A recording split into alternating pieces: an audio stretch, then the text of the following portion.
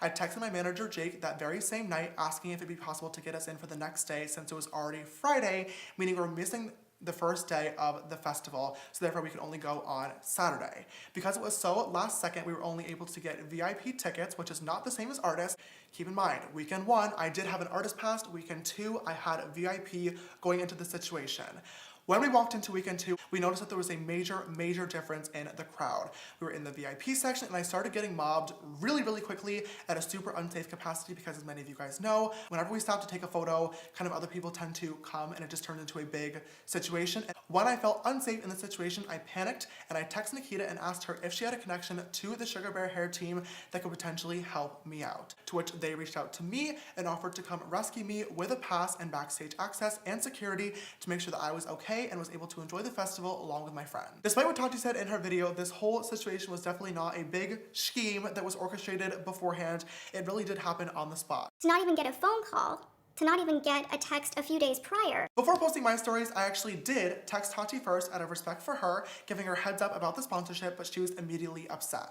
Over the next several days, I made countless attempts to contact both Tati and her husband James on all their different phone numbers. I texted and called Tati's business number, her family number, and also James's personal phone number as well. The reason that James always said that he couldn't promote Halo on his channel and really do, like, you know, heavy endorsement was because he has a teenage audience and it would just be inappropriate. This thing was inappropriate. just confusing to me, mostly because this conversation never actually happened. I've still multiple times talked about her products on all my social media networks.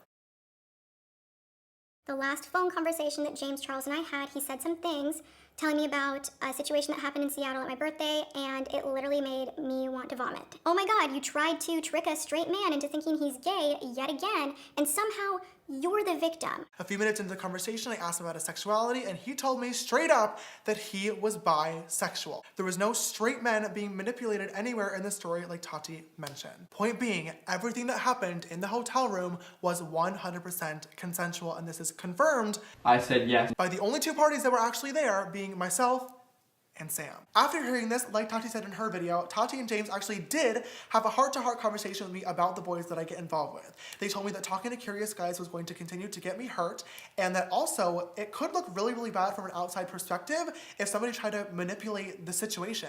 I wish I knew at the time that Tati's advice was really a warning. Put your hand